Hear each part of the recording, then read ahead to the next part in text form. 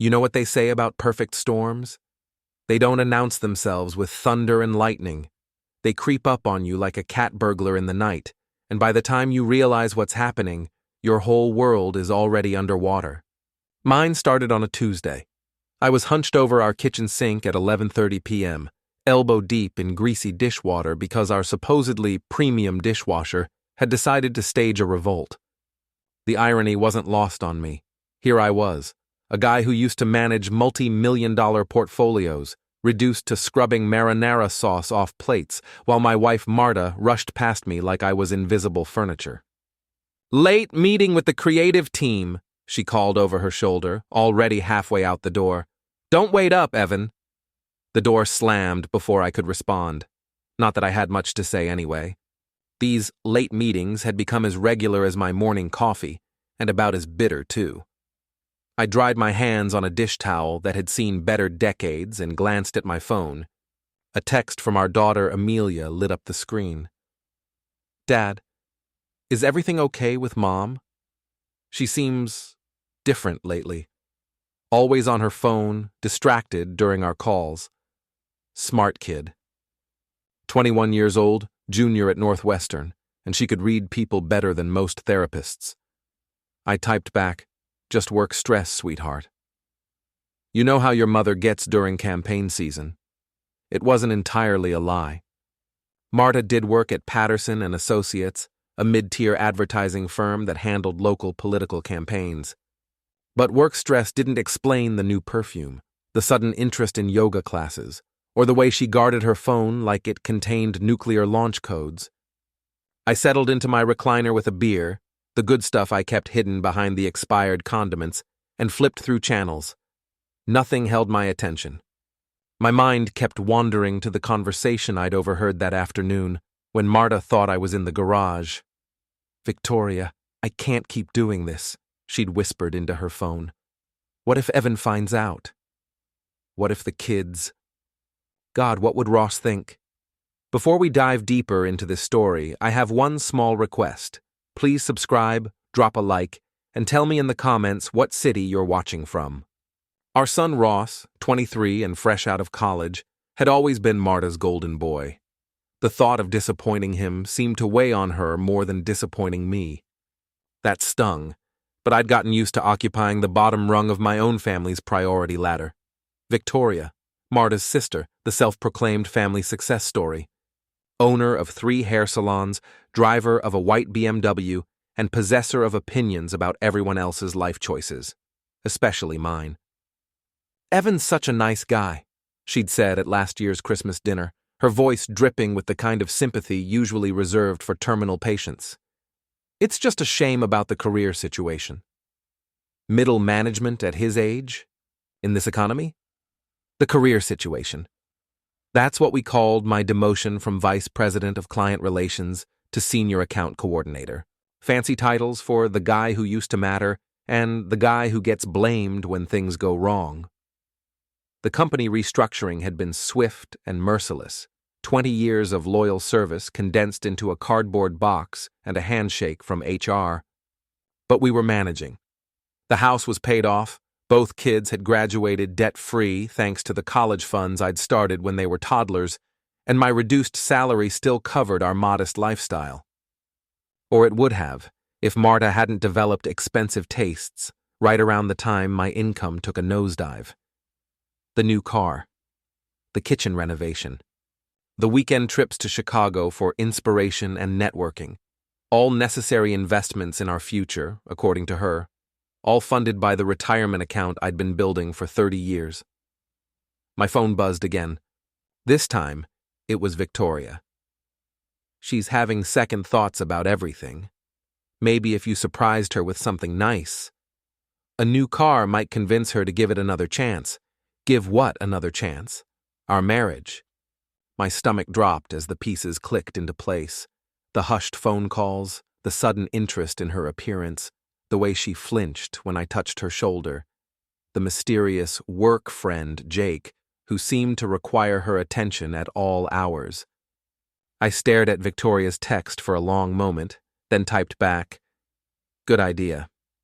I'll look into it." But instead of browsing car lots, I opened our banking app. If Marta was planning to leave me, she'd need access to cash. Sure enough, there it was, a new savings account I'd never seen before.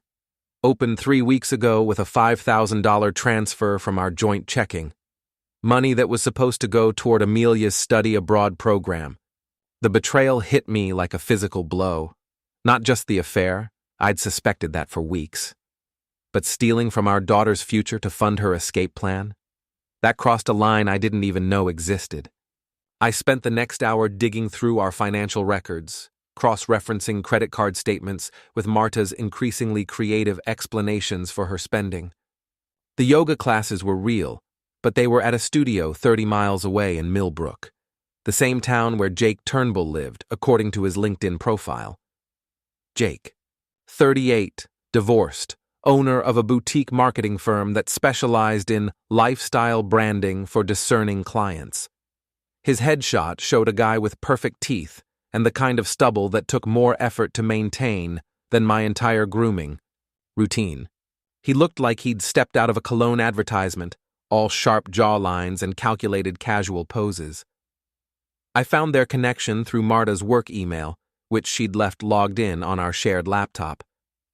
A collaborative project from 6 months ago that had apparently required extensive after-hours consultation.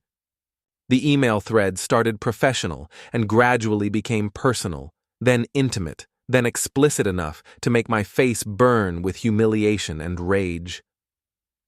"Can't wait to show you the lake house this weekend," read his most recent message. "Victoria says you've never been properly appreciated. Time to change that." Victoria knew. Hell, Victoria was facilitating it. My sister-in-law, who'd eaten at my table every holiday for 15 years, who'd borrowed money from me twice to keep her first salon afloat, who'd cried on my shoulder when her own husband left her for his secretary.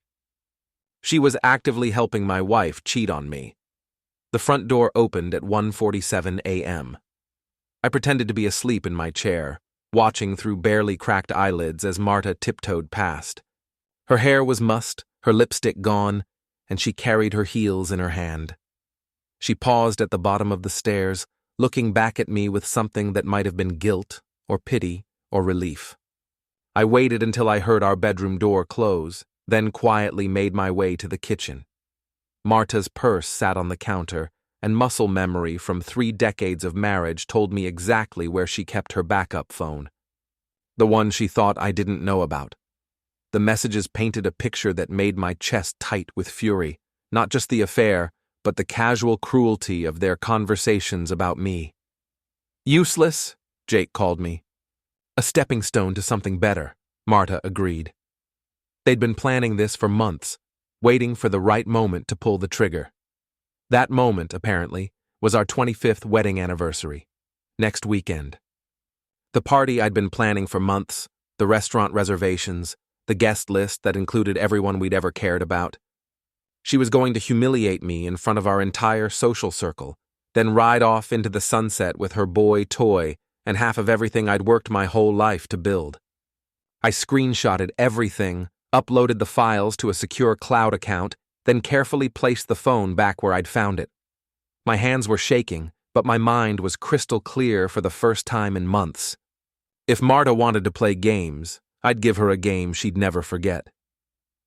Wednesday morning arrived with the kind of artificial cheerfulness that makes you want to punch the sun. Marta bounced around the kitchen like a teenager getting ready for prom, humming some pop song while she made coffee in the machine I'd bought her for Christmas. The same machine she'd complained wasn't good enough compared to the one at Jake's office. "You're in a good mood," I observed, keeping my voice carefully neutral. "Just excited about the Morrison campaign launch today," she said without looking at me. "Big presentation. Could really put Patterson and Associates on the map. The Morrison campaign." I'd heard that name before, buried somewhere in the email threads I'd read the night before. Charles Morrison running for city council on a platform of family values and fiscal responsibility. The irony was so thick you could choke on it. "That's great, honey." "You've been working so hard on that." I poured myself coffee from the pot, noting how she instinctively moved away when I got too close. Will you be late again tonight? Probably. You know how these things go. She finally met my eyes and I saw something flicker there. Guilt, maybe, or the faintest trace of the woman I'd fallen in love with 26 years ago. Evan, we should talk soon. About things. What kind of things? The moment stretched between us like a tightrope. I could see her weighing her words, calculating how much truth she was ready to reveal. In the end, cowardice won. Just things. After the weekend, maybe. When work calms down. After she'd destroyed our marriage in front of everyone we knew, she meant. After she'd taken her victory lap and secured her exit strategy. I nodded like the oblivious husband she thought I was. Sure, sweetheart. Whatever you need. She kissed my cheek before leaving, a gesture so automatic and meaningless it felt like being blessed by a politician. I watched her drive away in the Honda I'd bought her 2 years ago, the one she'd complained wasn't impressive enough for client meetings. My phone rang before I'd finished my first cup of coffee. Victoria's name flashed on the screen, and I seriously considered letting it go to voicemail, but intelligence gathering required sacrifice. Evan! Good morning. Her voice had that forced brightness that meant she wanted something. How are you holding up? Interesting choice of words. I'm fine, Victoria. Just getting ready for work. What's up? Oh, just checking in. Family is so important, don't you think? We need to stick together, especially during difficult times. Are we having difficult times? Marta seems happy enough. A pause. I could practically hear the gears turning in her head. Well, you know how stressful her job can be. All those late nights, weekend meetings. It's a lot of pressure. Speaking of which, she mentioned you might know something about a car. She's been hinting that the Honda isn't quite meeting her needs anymore. Oh! Victoria's voice jumped an octave. Yes, well, I just think she deserves something nice, Something that reflects her success. Maybe a BMW or an Audi. Something with presence. Something that would impress Jake, she meant. Something that would make the transition from middle-class wife to kept woman feel less jarring. I made a note to look into our insurance policies later. That's a big purchase, I said carefully. We'd need to discuss it. Of course. But Evan, sometimes we need to invest in the people we love, Show them how much they mean to us. Before it's too late. The threat was barely veiled. Buy your wife's affection with a luxury car, or lose her to someone who will. I wondered how many other husbands Victoria had given this same advice to. How many marriages she'd helped dissolve with her poison-sweet encouragement. You're absolutely right, I told her. I'll surprise her with something special this weekend. At the anniversary party. Oh! Another pause. Longer this time. About the party, Evan. Are you sure that's still a good idea? I mean, with everything that's... Everything that's what? Nothing. Never mind. I'm sure it'll be lovely. But I could hear the uncertainty in her voice. They hadn't expected me to go through with the party. They'd assumed I'd cancel it, maybe sensing something was wrong, giving Marta an easier exit that didn't involve public humiliation. My insistence on celebrating our marriage was throwing a wrench into their carefully laid plans. Good. After Victoria hung up, I called the restaurant and doubled our reservation. Then I called the florist and upgraded the arrangements. If this was going to be a performance, it would be one hell of a show. Work passed in a blur of spreadsheets and conference calls that didn't matter. My mind was elsewhere, cataloging every slight, every lie, every moment of casual cruelty I'd endured over the past few months. The way Marta had rolled her eyes when I'd suggested a weekend getaway for our anniversary. The way she'd forgotten to mention Jake's name when describing her work projects. The way she'd started locking her phone and taking it with her to the bathroom. I left the office early and drove to Millbrook. It wasn't hard to find Jake's house. He'd posted enough Instagram photos of his weekend retreat to provide a roadmap. The lake house was modest but well-maintained, with a dock that probably cost more than most people's cars. I parked across the street and waited. Sure enough, Marta's Honda pulled into the driveway at 4:30 p.m. She sat in the car for a moment, checking her appearance in the rearview mirror, before walking to the front door like she owned the place. Jake answered before she could knock, pulling her into an embrace that made my stomach turn. I took pictures. Lots of them. Then I drove home and printed copies, organizing them into neat little piles on my desk. Evidence for the divorce proceedings that Marta didn't know were coming. But divorce felt too clean, too civilized. These people had made a mockery of my marriage, my trust, my entire adult life. They'd planned to humiliate me in front of everyone I cared about, then walk away with their heads held high and their bank accounts full. They deserved something more creative than a legal settlement. I spent the evening researching Jake's business, his finances, his social media presence. The man was leveraged to his eyeballs with 3 mortgages and a business loan that would make a loan shark nervous. His success was all smoke and mirrors, funded by credit and maintained through careful image management. Image was everything to people like Jake and Victoria. Their entire world revolved around appearances, status symbols, and the opinions of others. They'd built their lives on a foundation of other people's envy and admiration. That foundation was about to develop some serious cracks. Thursday brought rain and the kind of gray sky that matched my mood perfectly. I woke up alone. Marta had apparently spent the night at Victoria's place, according to the text she'd sent at midnight. Sister bonding time, she'd called it. More like strategy session for ruining my life, but who was keeping track?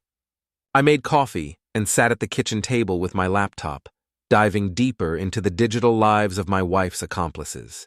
Social media was a goldmine of information when people were stupid enough to overshare, and Jake Turnbull was definitely stupid enough. His Instagram told the story of a man desperately trying to convince the world he was more successful than he actually was. Designer clothes that were probably knockoffs, restaurant meals that maxed out credit cards, and that lake house that belonged to his business partner, not him. Everything was rented, borrowed, or financed to the hilt. Victoria's online presence was more polished but equally revealing. Her salon's Yelp reviews painted a picture of declining service and increasing prices. Several former employees had left scathing comments about unpaid wages and hostile working conditions. She was bleeding money and clients, propping up her lifestyle with loans and probably skimming from the business accounts. These weren't successful people living their best lives. They were desperate people playing dress-up, and my wife had fallen for their performance. My phone rang around noon. Ross's name on the caller ID made my chest tighten. Whatever was coming, it wasn't good news. "Hey, Dad." His voice sounded tired, older than his 23 years. "We need to talk." "What's on your mind, son?" "Mom called me last night. She's really upset about something. Won't tell me what, but she keeps asking weird questions about you. About your finances, your retirement accounts, whether you've seemed different lately." My jaw clenched. So Marta was already building her case, painting me as the unstable husband who'd driven her away, probably laying the groundwork for a claim that I'd hidden assets or threatened her in some way. Different how? I don't know, Dad. Angry, maybe? She said you've been acting suspicious, going through her things, following her around. Is that true? The hurt in his voice cut deeper than any knife. My own son, questioning my character based on lies his mother had fed him. This was how it would start. The systematic destruction of every relationship I valued, turning my children against me before the divorce papers were even filed. "Ross, your mother and I are going through a rough patch right now. Sometimes when people are unhappy, they look for someone to blame. I haven't been following her or going through her things. Technically true. I'd gone through her things exactly once, and I'd found exactly what I'd expected to find. She says you've been asking Victoria weird questions about her, trying to get information. She's scared, Dad. Scared. The woman who'd been systematically looting our joint accounts and planning to abandon our marriage was scared of me asking questions. The audacity was breathtaking. Son, I love your mother. I've loved her for 26 years, and I want our marriage to work. If she's scared of that, then maybe the problem isn't me. Ross was quiet for a long moment. She wants me to come home this weekend. For moral support, she said. In case things get bad. In case I made a scene at the anniversary party when she announced she was leaving me. She wanted our son there as a witness, maybe as a shield. Use his presence to keep me civilized while she destroyed our family in front of everyone we knew. You should come home, I told him. Family is important, especially during difficult times. I hung up and stared out the kitchen window at the gray sky. The rain was getting heavier, turning the world outside into a watercolor painting left out in the storm. Everything was blurring together, losing its sharp edges. That afternoon, I drove to Pete's boxing gym on the south side of town. Pete Kowalski had been my college roommate, my best man, and one of the few people who'd stuck around after my career imploded. 20 years as a cop had taught him to read people, and 10 years running a gym had taught him to help them work through their anger in productive ways. You look like hell, he said by way of greeting. And you're holding your shoulders like someone who's about to throw a punch. Maybe I am. He handed me a pair of gloves and pointed toward the heavy bags. Talk while you hit. It's cheaper than therapy and more satisfying than drinking. I told him everything. The affair, the financial betrayal, the way Marta and Victoria were systematically turning my children against me. Pete listened without judgment, occasionally nodding or grunting encouragement as I pounded my frustrations into the leather bag. So, what's your plan? He asked when I finally ran out of steam. Divorce. Take her for everything I can legally get away with. Make sure the kids know the truth about what she did. That's it? That's your big revenge? I stopped hitting the bag and looked at him. What else is there? Pete smiled, and for a moment I could see the street cop he used to be, the guy who'd made career criminals nervous just by walking into a room. Evan, you're thinking like a victim, like someone who got sucker punched and just wants to crawl away and lick his wounds. But you're not a victim. You're a guy who got betrayed by people who thought they were smarter than you. People who think you're too weak and too stupid to fight back. I'm not weak. I know that. You know that. But they don't know that. They've underestimated you, and that's the biggest mistake they could have made. He was right. Marta, Victoria, and Jake saw me as a defeated middle-aged man, too broken by life's disappointments to pose any real threat. They'd made their plans assuming I'd roll over and accept whatever scraps they decided to throw me. They were about to learn otherwise. What do you suggest? Make them sweat. Make them trip over their own lies. You've got evidence of the affair, right? Use it. But don't just hand it to a divorce lawyer. Get creative. Make them face the consequences of their choices in front of everyone they're trying to impress. The anniversary party. 50 guests, including Marta's co-workers, our neighbors, both our families, and most of our social circle. Everyone who mattered to her, all gathered in one place to celebrate our marriage. The irony was perfect. I left the gym with a plan forming in my mind. Not just divorce, but justice. Not just financial settlement, but public accountability. If Marta wanted to end our marriage in front of an audience, I'd make sure it was a show worth remembering. The rain had stopped by the time I got home, but the sky was still dark with the promise of storms to come. I spent the evening making phone calls, confirming details, putting pieces in place. Tomorrow was Friday. The anniversary party was Saturday night. Time to give my wife the surprise of her life. Friday morning arrived with the kind of crisp autumn air that made everything feel possible. I woke up early, showered, and put on my best suit, the navy blue one Marta had bought me for our 20th anniversary. The irony felt appropriate. Marta was already gone when I came downstairs. Another early meeting, according to the note she'd left on the kitchen counter. Her handwriting looked rushed, nervous. She was probably having second thoughts about tomorrow night, wondering if she should postpone her big announcement until after the holidays. Less awkward for everyone that way. Too late for that now. I spent the morning at the restaurant, reviewing the menu with the catering manager and making sure every detail was perfect. Private dining room, table for 50, full bar service, and a sound system for the speeches I'd planned. The manager, a professional woman in her 40s named Carol, seemed impressed by my attention to detail. 25 years, she said with a smile. That's quite an achievement these days. Your wife is a lucky woman. I'm the lucky one, I replied, and meant every word. I was lucky to have discovered the truth before it was too late to do something about it. The florist was next, then the photographer I'd hired to document the evening. Professional quality photos and video, suitable for sharing on social media and sending to friends who couldn't attend. I wanted everyone to see what happened tomorrow night, not just the people in the room. My phone buzzed with a text from Victoria. Marta's really nervous about tomorrow. Maybe you could call her, reassure her that everything will be okay. I typed back, already planning to surprise her. She won't believe what I have in store. That was definitely true. The afternoon was spent at the office, tying up loose ends and making sure my work wouldn't suffer from whatever fallout was coming. My boss, a decent guy named Frank, who'd been genuinely apologetic about my demotion, stopped by my desk around 4. Heard it's your anniversary weekend, he said. 25 years, right? That's impressive. Thanks, Frank. Should be quite a celebration.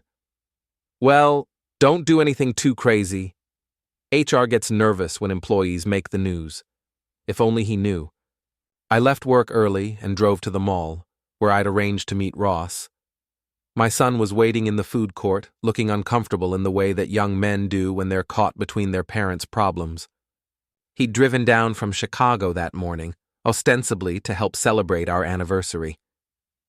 Dad. He stood up and hugged me, and I was struck by how much he'd grown to look like me. Same height, same build, same tendency to furrow his brow when he was worried. How are you holding up? Better than expected. Thanks for coming home. We grabbed coffee and found a quiet corner table. Ross fidgeted with his cup, clearly struggling with whatever he'd been sent to say. Mom's really worried about tomorrow night, he finally began. She thinks you might, I don't know, make a scene or something. She asked me to talk to you, maybe convince you to postpone the party. Postpone our 25th anniversary party? Why would I do that? She says you two have been having problems, that maybe it's not the right time for a big celebration. I leaned back in my chair and studied my son's face. He was uncomfortable lying to me, which gave me hope that Marta hadn't completely poisoned him against me yet. Ross, let me ask you something. In all the years you've known me, have I ever been the kind of man who makes scenes? Have I ever embarrassed you or your sister in public? No, sir. Have I ever raised my voice to your mother? Ever threatened her or made her afraid? Not that I've seen. Then why do you think she's suddenly scared of me now? He was quiet for a long moment, staring into his coffee cup like it might have answers. I don't know, Dad. She seems different lately, jumpy, like she's waiting for something bad to happen. Maybe she is. Ross looked up sharply. What do you mean? Sometimes when people do things they know are wrong, they start expecting consequences. They get paranoid, start seeing threats where none exist. Guilt makes people do strange things. Are you saying Mom did something wrong? The moment of truth. I could tell him everything right now, show him the photos and the text messages, make him understand exactly what his mother had been doing behind my back. But that would make him complicit in tomorrow night's events, and he didn't deserve that burden. I'm saying that if your mother is worried about tomorrow night, maybe she should think about why that is. Maybe she should consider whether there's something she needs to tell me before we celebrate 25 years of marriage in front of all our friends and family. Ross nodded slowly, understanding more than he was letting on. I'll talk to her. You do that, son. Tell her I love her, and I want tomorrow night to be perfect. Tell her I've planned some surprises that I think everyone will remember for a long time. We parted ways in the parking lot, and I watched him drive away with a heavy heart. Whatever happened tomorrow night, it would change his relationship with both his parents forever. But he was an adult now, old enough to handle the truth about the people who'd raised him. The truth had a way of coming out eventually anyway. I spent Friday evening at home making final preparations. I uploaded all the photos and videos I'd collected to a secure cloud account, organized them into folders, and created a presentation that would tell the story of Marta's affair in chronological order. Professional quality, suitable for projection on a large screen. Then I called Amelia. Dad? I was just thinking about you. Are you excited about tomorrow night? Very excited, sweetheart. It's going to be quite a show. I wish I could be there. This stupid study abroad program has terrible timing. Actually, honey, I think it's better that you're not here. Some things are better experienced from a distance. That's a weird thing to say. Is everything okay? I looked around the kitchen where I'd made breakfast for my family every Saturday morning for 23 years, where I'd helped both kids with homework, celebrated their achievements, comforted them through disappointments, where I'd kissed my wife goodbye thousands of times, never suspecting that she was counting down the days until she could escape. Everything's about to be exactly as it should be, I told my daughter. I love you, Amelia. Remember that, no matter what you hear about tomorrow night. Dad, you're scaring me. Don't be scared, sweetheart. Sometimes the people we love disappoint us, but that doesn't mean we stop loving them. It just means we love them differently. After I hung up, I poured myself a glass of the good whiskey I'd been saving for special occasions and sat in my recliner, looking out at the neighborhood where I'd spent the best years of my life. Tomorrow night, everyone would know the truth about Marta's affair, Victoria's betrayal, and Jake's pathetic attempts to steal another man's wife. But more than that, they'd know the truth about me. That I wasn't the weak, defeated man they'd all assumed I was. That I was someone who demanded respect, who wouldn't be discarded quietly, who could fight back when cornered. The whiskey burned going down, but it felt good. Everything was ready. The stage was set, the audience would be in place, and the show would begin exactly on schedule. I raised my glass in a toast to the empty room. Here's to 25 years of marriage, I said aloud, and to making sure the ending is worth remembering. Saturday evening arrived with the kind of golden light that photographers dream about. I stood in front of my bedroom mirror, adjusting my tie for the third time, and marveled at how calm I felt. 24 hours ago, I'd been a nervous wreck. Now I felt like a man who'd finally found his purpose. Marta emerged from her walk-in closet wearing a black cocktail dress I'd never seen before. Elegant, expensive, and probably purchased with money from our daughter's college fund. She looked beautiful and terrified in equal measure. You look stunning, I told her, and meant it. She'd always been the most beautiful woman in any room, which made her betrayal sting even more. Thank you. She smoothed the dress nervously. Evan, about tonight. Maybe we should keep things simple. Just dinner, a few toasts, nothing too elaborate. Nonsense. 25 years deserves a proper celebration. I've planned some surprises that I think everyone will enjoy. Her face went pale. What kind of surprises? You'll see. Trust me, it'll be a night no one forgets. The restaurant's private dining room was perfect. 50 chairs arranged around tables decorated with white roses and gold accents. A small stage area where the speeches would take place, complete with a projection screen for the slideshow I'd prepared. Soft jazz playing in the background, champagne flowing freely, and the warm buzz of conversation from friends and family who'd gathered to celebrate our marriage. Victoria arrived early, looking nervous in a red dress that probably cost more than most people's monthly rent. She made a beeline for Marta, and I watched them whisper urgently in the corner while I greeted our guests. Ross appeared at my elbow, handsome in his dark suit and looking every inch the successful young professional he was becoming. "Dad, are you sure about this?" Mom seems really on edge. She's always nervous at parties. You know how she is about being the center of attention. This feels different. Before I could respond, Jake Turnbull walked into the room. I'll give him credit. The man had balls. Walking into my anniversary party, shaking my hand with a smile, complimenting me on the beautiful venue while he planned to steal my wife. He was either supremely confident or completely delusional. "Evan, congratulations on 25 amazing years. Marta's told me so much about your incredible journey together." "I'm sure she has. All of it, I hope." Something flickered in his eyes. Uncertainty, maybe, or the first hint that this evening wasn't going according to his plan. "She's an amazing woman. You're a lucky man. The luckiest. Though I have to say, Jake, I'm surprised to see you here. I didn't realize you and Marta were close enough to warrant an invitation to our family celebration." "Oh, we work together quite a bit. Professional relationship, you know how it is." I'm beginning to... Dinner was served at 7:30. Prime rib, roasted vegetables, and the kind of wine that made people feel generous and talkative. I made sure everyone's glass stayed full, encouraging toasts and stories about the good old days. The mood was warm, festive, exactly what you'd expect from a silver anniversary celebration. I caught Marta checking her phone repeatedly, probably texting with Victoria about their escape plan. Both women looked like they were attending a funeral instead of a party.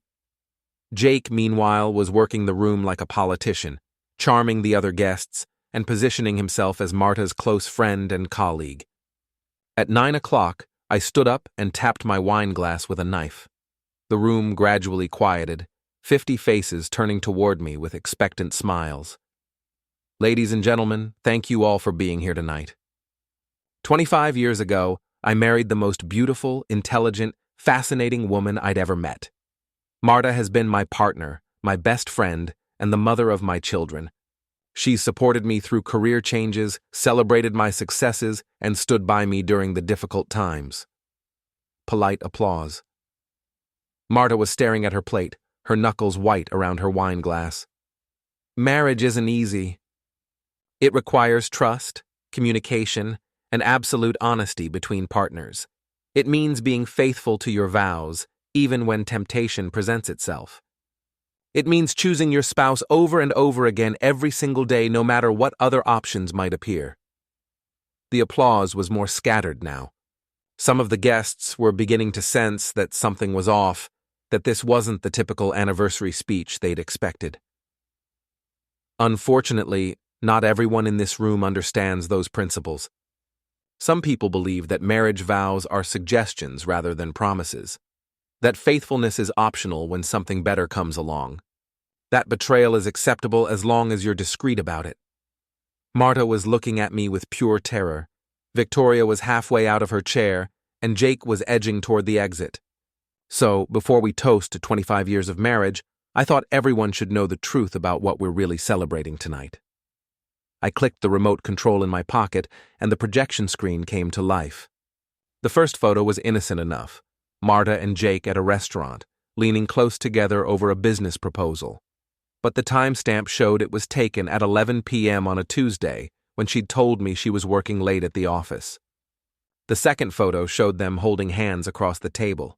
The third showed them kissing in the parking lot. Gasps and murmurs rippled through the room. Someone's wine glass shattered on the floor. I clicked to the next slide. This is what my wife has been doing during her late work meetings. And this is the man she's been doing it with. Jake Turnbull, owner of Turnbull Marketing and, apparently, collector of other men's wives. Jake was moving toward the door now, but Ross stepped into his path. My son might have been conflicted about his parents' marriage, but he wasn't about to let his mother's lover escape without facing the consequences. "The affair itself is heartbreaking enough," I continued, clicking through more photos. "But what really hurts is the systematic betrayal that went along with it, the money stolen from our joint accounts, The lies told to our children. The way my own sister-in-law helped facilitate this deception.